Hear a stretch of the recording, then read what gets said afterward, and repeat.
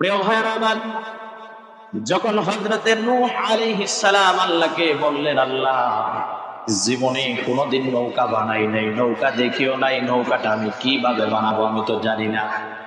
আল্লাহ রাব্বুল আলামিন সঙ্গে সঙ্গে নূহ আলাইহিস সালামকে জানায়া দিলেন, ওয়াসনাইল ফুলকা বিআয়ুনিনা ওয়া ওয়াহাইনা ওয়া লা তুখাতিবনি ফিল্লাযীনা যালামু ইন্নাহুম মুগরাকুন। জোরে বলেন আল্লাহু আকবার।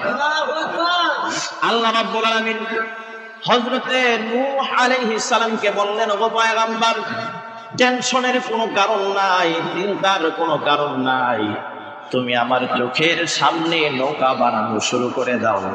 এই কাঠগুলা কিভাবে কাটতে হবে, তক্তাগুলা কিভাবে একটা আরেকটার সঙ্গে জোড়া লাগাইতে হবে, কাঠগুলা কতটুকু কোন দিকে কিভাবে বাঁকাইতে হবে, পেরেকগুলা কিভাবে মারতে হবে, নৌকাটা কত ফিট লম্বা হবে, কত ফিট চওড়া হবে, উচ্চতায় কত ফিট হবে, কতটুকু হবে, আমি আল্লাহ রাব্বুল আলামিন একের পরে এক একেবারে শুরু থেকে শেষ পর্যন্ত ওহীর মাধ্যমে হযরতে জিবরাইলের মাধ্যমে তোমাকে আমি আল্লাহ জানায়া দিব।